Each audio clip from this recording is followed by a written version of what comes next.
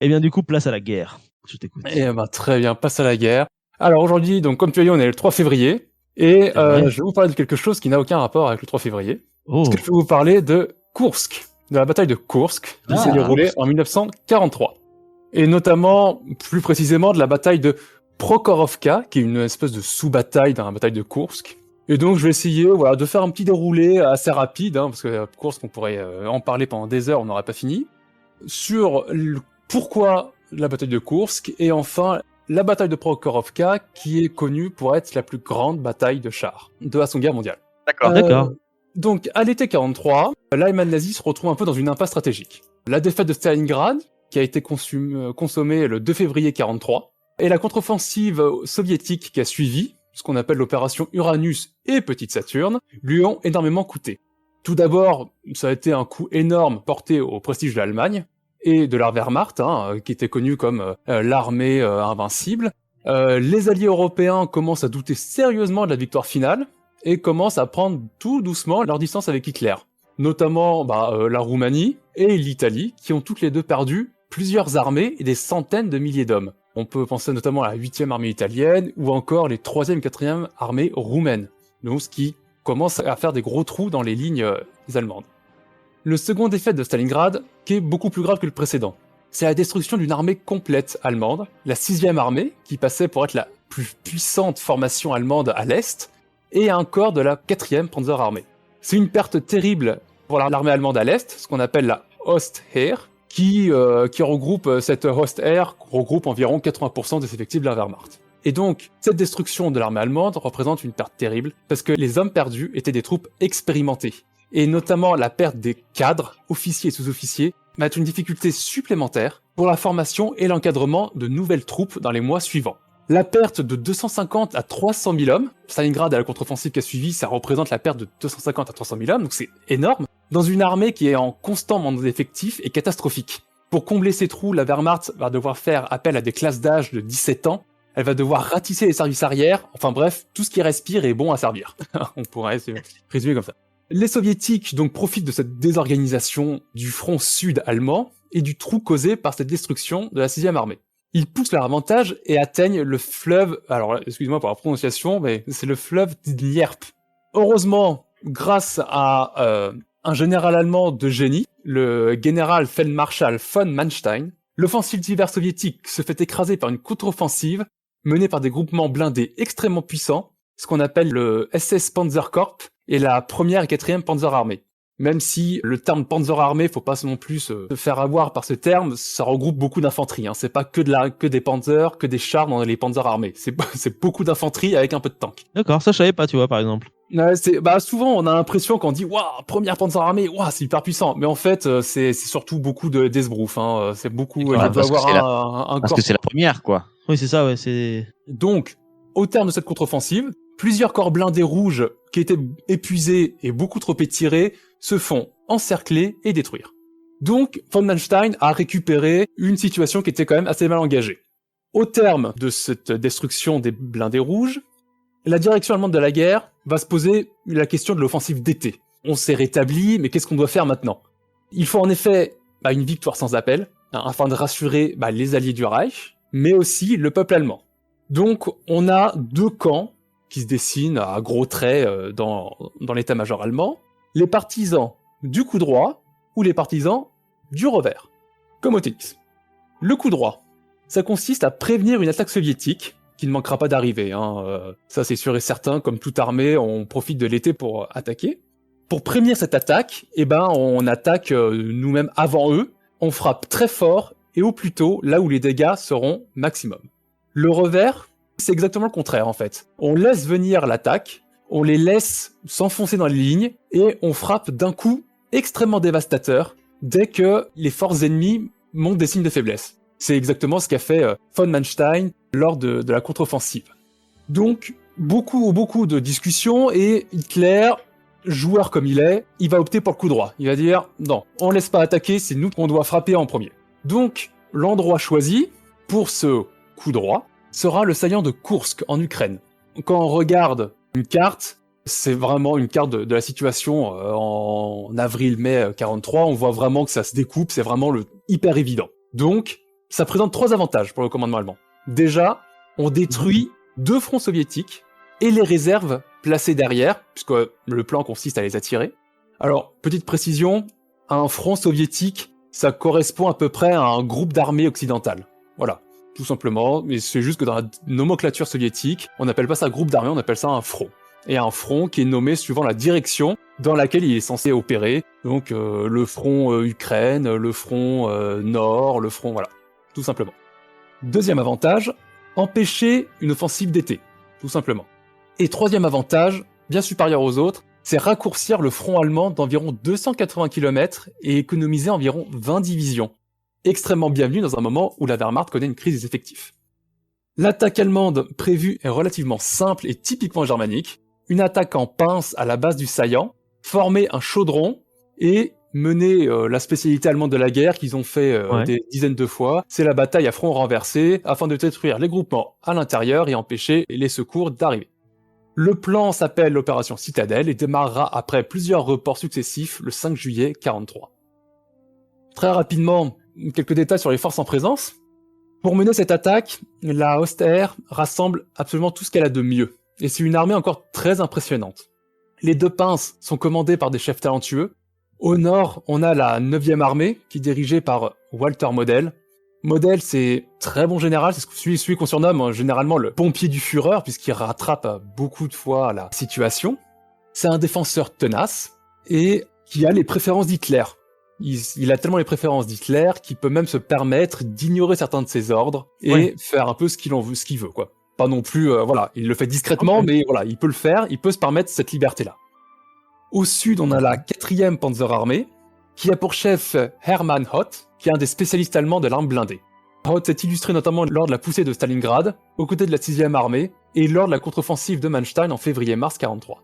Manstein va chapeauter les armées au sud, et on peut le qualifier objectivement de meilleur général allemand de la guerre. Ses faits d'armes sont nombreux, effondrement de la France, prise de Sébastopol, de la Crimée, et il arrive notamment à rétablir des situations compromises, comme on l'a vu plus tôt. La Oster n'a jamais été aussi bien équipée, tant en quantité qu'en qualité. L'opération rassemble 900 000 hommes, dont plus d'une moitié de vétérans, 2000 chars et canons au moteur, et plus de 2000 avions. Donc c'est un pari, mais un pari qui a quand même une chance non négligeable d'atteindre ses objectifs. Ouais. En face, on a des soviétiques, qui ont remarqué la position stratégique du saillant. Comme je vous l'ai dit, quand on voit une carte, il n'y a pas besoin d'être sorti de Saint-Cyr pour voir que c'est vraiment le saillant où on peut tenter un chaudron, on peut tenter un encerclement. Donc ils décident de mener une bataille défensive. Ils concentrent à l'intérieur du saillant 2 de leurs plus puissants fronts. Le front du centre, qui est commandé par le maréchal Rokossovski, qui est un brillant général, très maniaque dans la préparation des opérations. Et le front de Voronezh, qui est face à Hoth, et qui est commandé par Nikolai Vatutin, un excellent officier, très agressif et extrêmement très audacieux. Il commande environ 1 200 000 hommes et plus de 3000 chars. Sans compter derrière, la réserve, le front de la steppe de Koniev, qui doit contre-attaquer dès que l'élan sera brisé. Pour briser cet élan, il ne laisse rien au hasard, il érige pas moins de 6 lignes de défense concentriques, alors qui est composé avec absolument tout ce qu'on peut imaginer, tranchées, fossés anti-chars, lignes mitrailleuses, canons anti-chars, des mines. En fait, Kursk c'est devenu une forteresse à ciel ouvert. Voilà. 2 armées extrêmement puissantes et un gros pari pour l'armée allemande. Mais un pari qui peut être gagnant. La bataille de Kursk donc débute, après plusieurs reports, le 5 juillet 1943. Et les premières phases du combat ne se passent pas comme prévu, ni pour les Allemands, ni pour les Russes. Le 2e Panzerkorps SS, donc est composé des 3 divisions blindées SS qui sont vraiment extrêmement puissantes, a réussi à passer en 48 heures les 2 premières ceintures défensives. Donc on se dit, tout va bien, en deux jours, mais malheureusement elles n'arrivent pas à percer les suivantes et elles butent dessus. Les Allemands ont complètement sous-estimé la profondeur des défenses soviétiques. Les soviétiques se sont fait percer, laminer, exploiter en 41 et en 42, mais ils ont appris. Ils ont appris à la dure, mais maintenant c'est du béton leur truc.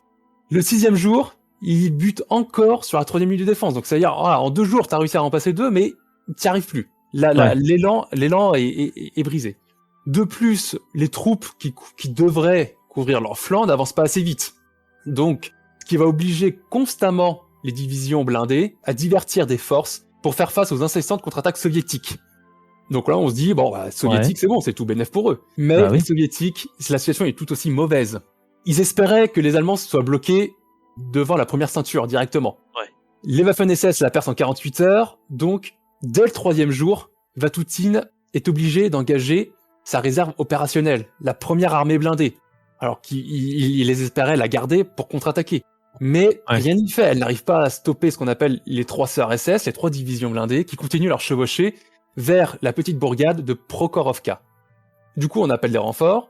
Ces renforts sont envoyés du front de la steppe, qui était placé en réserve derrière le saillant de Koursk, et ils ont pour mission ces réserves, donc 5e armée de la garde et 5e armée blindée, donc une grosse réserve blindée, qui ont pour mission de repousser les Allemands sur la ligne de départ. Le 12 juillet, donc seulement 7 jours après le début de la bataille de Koursk, se tient alors la bataille de chars de Prokhorovka, mettant aux prises les 3 divisions blindées SS à la 5e armée blindée de la garde, général Rotmistrov.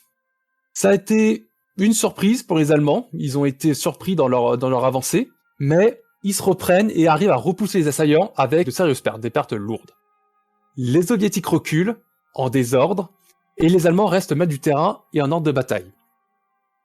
Pour les Soviétiques, cette contre-attaque blindée a été véritablement menée de façon désorganisée et montre encore parfaitement les faiblesses tactiques de l'armée blindée soviétique face à l'armée blindée allemande. Cette contre-attaque a été menée dans l'urgence, un peu en panique devant l'avancée allemande, qui fait que ordre et contre-ordre n'ont pas arrêté d'affluer au quartier général de Rotmistrov, chargé de la contre-attaque. Il a été obligé d'attaquer sur un terrain qu'il n'a pas reconnu, a lancé ses corps blindés les uns après les autres, de façon non coordonnée, et du coup, ils n'ont pas pu se soutenir les uns les autres. Du coup, les Allemands, au lieu de se retrouver face à des forces blindées supérieures, ont pu détruire chaque corps les uns après les autres. On peut en distinguer donc 3 raisons principales à cet échec. Lancer des T-34, le T-34, c'est le char moyen, c'est le cheval de bataille de l'armée blindée soviétique, c'est le char produit en masse, excellente qualité et bon marché. Donc lancer ces T-34 à pleine vitesse, ça équivaut à les priver de précision. Les stabilisateurs des canons des chars n'existent pas encore. Face à des panzers qui restent immobiles au maximum, ça revient un peu à du suicide. Charger en terrain découvert, même pour des chars, c'est pas très bon. Les soviétiques ne maîtrisent pas encore le concept de base du combat blindé. Pendant qu'une compagnie avance, l'autre la couvre de ses feux, ainsi de suite. Bon, on est encore en 43, les soviétiques sont encore en train d'apprendre, mais les leçons seront retenues plus tard. La deuxième raison dérive de la première. Les charges en terrain découvert se transforment en véritable boucherie. Face à des panzers qui possèdent de meilleurs viseurs optiques, les Allemands ont toujours fabriqué d'excellents viseurs optiques. Les tubes de 75 et 88 mm des Panzer IV et des Tigres transforment cette contre-attaque en tir au pigeon. Les Tigres ouvrent le feu à 1800 mètres et touchent à tout coup. Les Panzer IV peuvent tirer à 1000 mètres et percent avec certitude à 500 mètres. De plus, le terrain n'ayant pas été reconnu, les chars soviétiques vont rester bloqués derrière un fossé anti-char qu'ils n'avaient pas pu voir avant. Et comble de l'ironie, ce fossé anti-char est soviétique. Donc, Dommage. Ils sont restés là, devant les tubes allemands. Ils ne pouvaient rien faire. Et enfin, dernière raison, les chars allemands sont tous pourvus de radio. Elles permettent de communiquer beaucoup plus facilement, de se regrouper rapidement afin d'éliminer la moindre percée. Les panzers peuvent ainsi résister alors qu'ils sont en infériorité numérique. Les T-34, eux, tout aussi bons qu'ils soient, n'en sont pas dotés et se retrouvent isolés lorsqu'ils arrivent à pénétrer les lignes ennemies. Ils peuvent pas se regrouper et exploiter. Cette bataille de Prokhorovka se solde donc par une éclatante victoire allemande. On n'a pas moins de 60% de pertes dans la pointe soviétique de l'offensive. Mais la bataille de Koursk est néanmoins une défaite pour l'Allemagne. L'offensive s'embourbe et s'arrête le 13 juillet. La pointe nord, donc commandée par Model, n'arrive pas à Koursk, n'arrive pas à refermer l'encerclement. Tout de suite, très très vite, de nombreux mythes entourent cet engagement.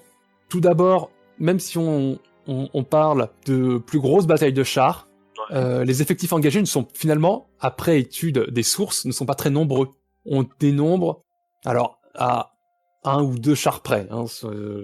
Pour l'instant, c'est vrai que même si les sources ont été décortiquées, il faut toujours garder une espèce de recul critique. Bien sûr. Donc on dénombre environ 350 chars russes et 117 panzers. La qualité technique et tactique des panzers leur permet de compenser cet écart numérique. Certes, le T-34 est inférieur techniquement au panzer, mais il reste très performant. Et surtout, les T-34 sont adaptés à la doctrine soviétique d'opération en profondeur. Ils peuvent aller loin, ils sont robustes, et ils sont puissant. Les pertes soviétiques seront en plus rapidement compensées par l'énorme production soviétique. Durant toute la guerre, plus de 100 000 chars soviétiques sont produits contre seulement 50 000 aux Allemands. Et les Allemands, eux, doivent les dispatcher sur plusieurs fronts, à l'Est, à l'Ouest, ils en ont aussi envoyé en Afrique, donc, alors que les Soviétiques, uniquement sur un front. Cette bataille, et je terminerai par là, va immédiatement être transformée par les Soviétiques afin de cacher leur échec. Il y aura des rapports mirobolants, alors 700 pertes allemandes, des corps SS saignés à blanc, vraiment des trucs à la soviétique, on peut dire, alors que les journaux de marche des divisions allemandes montrent seulement 17 pertes contre environ 200 soviétiques. Finalement, qu'est-ce qui a poussé les généraux soviétiques à dissimuler leur échec? C'est tout simplement la peur de Staline. Même si Staline s'est beaucoup amélioré de ce point-là et ne fait plus trop fusiller ses généraux, il comprend au fil de la guerre que ça sert à rien de les tuer, mais il vaut mieux leur donner une bonne leçon, la dégrader, parce qu'ils peuvent apprendre de leur échec. Mais cette peur est toujours là. Donc Vatoutine et Rotmistrov cachent cet échec par des rapports complètement faux. Et donc finalement, ce qu'on peut dire, c'est que le seul succès qu'ils ont rencontré, c'est le succès de la dissimulation de leur défaite. C'est génial ça comme anecdote. Voilà. Merci beaucoup Léo pour cette histoire très intéressante. Honnêtement, moi j'avais jamais entendu parler de tout ça. À côté de moi, j'avais Raph qui hochait de la tête à chaque fois que tu disais le nom de quelqu'un, qui disait oui, c'est quelqu'un d'important. Et moi non, de tous, je connaissais que Model, mais c'est vrai que moi j'ai beaucoup appris Stalingrad. Donc du coup en 42, donc je crois 2 février, c'est ça? Ouais, ça fait 79 ans mine de rien. 79 ans. Ah non. Ouais, 43, 42. 43, la reddition de Stalingrad. 79 ans, ouais. Mais je connaissais pas cette bataille-là. Donc, souvent, on apprend plus Stalingrad, qu'on considère comme le tournant de la Seconde Guerre mondiale, enfin du front de l'Est, et assez peu de Kursk finalement. Donc, c'est les deux plus ou moins qui arrivent au même, pas au même moment, mais moi j'ai toujours appris que Stalingrad c'était le tournant de l'Europe et Midwest c'était le tournant du Pacifique. Après Kursk, c'est intéressant. Après, c'est vrai qu'on pourrait toujours disserter sur le fait que Stalingrad soit le tournant de la guerre en Europe. Bon, ça pourra faire l'objet d'une autre chronique, par exemple. Oh. Mais c'est vrai qu'après Kursk, les Allemands perdent complètement l'initiative sur le front de l'Est. Ils ne peuvent plus faire que défendre, en fait. C'est pour ça que c'est important. Ils ne peuvent plus attaquer. Les reins de la Wehrmacht sont brisés. Donc voilà. Pour ça que c'est leur dernière offensive en fait quoi. C'est ça, totalement. Après, il y aura plus d'offensive ni d'hiver, ni d'été, ni d'automne, rien. Ouais, c'est la fin quoi. Bah, il restera celle des Ardennes, mais c'est l'Ouest. Ça. Ouais, c'est l'Ouest. Ouais, complètement. C'est ça. D'accord. Bah super intéressant en tout cas, Léo. Merci beaucoup. Merci beaucoup. Je tiens à préciser à nos auditeurs que nous ne sommes pas sponsorisés par World of Tanks, mais peut-être un jour, qui sait, je ne sais pas. Si ce petit instant passé en notre compagnie vous a plu et que vous avez envie d'en passer d'autres avec nous, eh bien n'hésitez pas à vous abonner, mettre un petit pouce bleu, partager la vidéo ou encore nous suivre sur les réseaux sociaux. Sachez que vous pouvez aussi écouter cet épisode dans son entièreté et pour cela vous n'avez qu'à vous rendre dans la description de la vidéo. Je vous dis à très bientôt pour à nouveau écouter un petit peu de tout et surtout un petit peu de rien.